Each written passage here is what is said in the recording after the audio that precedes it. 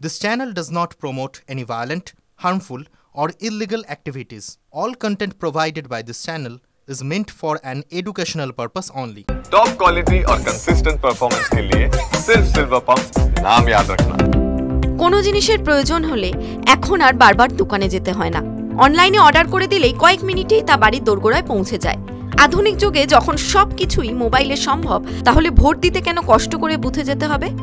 এবার ভোটও হলো মোবাইলে। বাড়িতে বসেই মোবাইল ফোনে ভোট দিলেন ভোটাররা। ইতিহাস তৈরি করলো পড়শি রাজ্য বিহার। শনিবার প্রথম মোবাইল ফোন ভিত্তিক ই ভোটিং হলো বিহারের স্থানীয় পঞ্চায়েত নির্বাচনে। ভোটে সাড়াও মিলেছে বেশ ভালো। রাজ্য নির্বাচন কমিশনার দীপক প্রসাদ জানান, 70.20% ভোটার ই ভোটিং সিস্টেমে ভোট দিয়েছেন।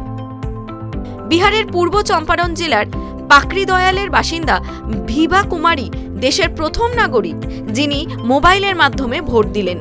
এই ব্যবস্থা একদিকে যেমন ভোটারদের সুবিধার জন্য, পাশাপাশি ভোটের সুরক্ষা ও ভোটের হার বাড়ানোর জন্যও করা হয়েছে বলে জানিয়েছে নির্বাচন কমিশন।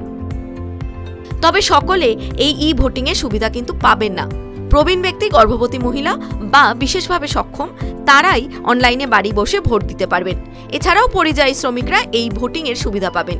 এই পদ্ধতিতে ভোট দেওয়ার জন্য প্রি রেজিস্ট্রেশন করতে হবে। বিহারে মোট 6টি নগর পঞ্চায়েত ও পুরসভার উপনির্বাচনে অনলাইনের ভোটের ব্যবস্থা করা হয়েছিল। সকাল 7টা থেকে বিকেল 5টা অবধি ভোট হয়েছে। মোট ভোটের হার 62.41%।